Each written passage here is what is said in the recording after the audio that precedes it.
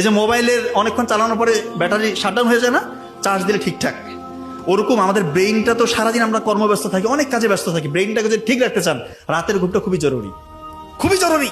আমি তো এটা বারবার বলি যে নাইট ডিউটি, এই যে আমরা ডক্টর, পুলিশ আরো যারাই আছে, এত বেশি নাইট ডিউটি সাইন্টিফিক্যালি প্রুভড, শেষ হয়ে যাচ্ছে, মস্তিষ্ক শেষ হয়ে যাচ্ছে, শরীর শেষ হয়ে যাচ্ছে। কত যে এটার যে কতটা ভয়ঙ্কর ইফেক্ট পড়ে আমাদের শরীরের উপর, আমাদের ব্রেইনের উপর, কিভাবে বুঝাবো? নাইট ডিউটি সর্বোচ্চ মাসে একটা। এখন এগুলো কথা বলতে বলবে তাহলে কি ডিউটি কে করবে? ওইভাবে জনগণকে রিক্রুটমেন্ট করতে হবে যদি সত্যিকার অর্থে সুস্থ থাকতে চাই। এটা সত্যি কথা, এটা যে কোনো পেশার ক্ষেত্রেই। এখন কিভাবে করতে হবে এটা গভর্নমেন্ট জানে, এটা ইন্টারন্যাশনালি সবাই মিলে এটা বসে ঠিক করতে হবে। একটা মানুষের মাসে একটা বেশি নাইট করাই উচিত না। আমাদের ডাক্তারি পেশায় তো দেখা যায় সপ্তাহে 3-4টা নাইটও থাকে।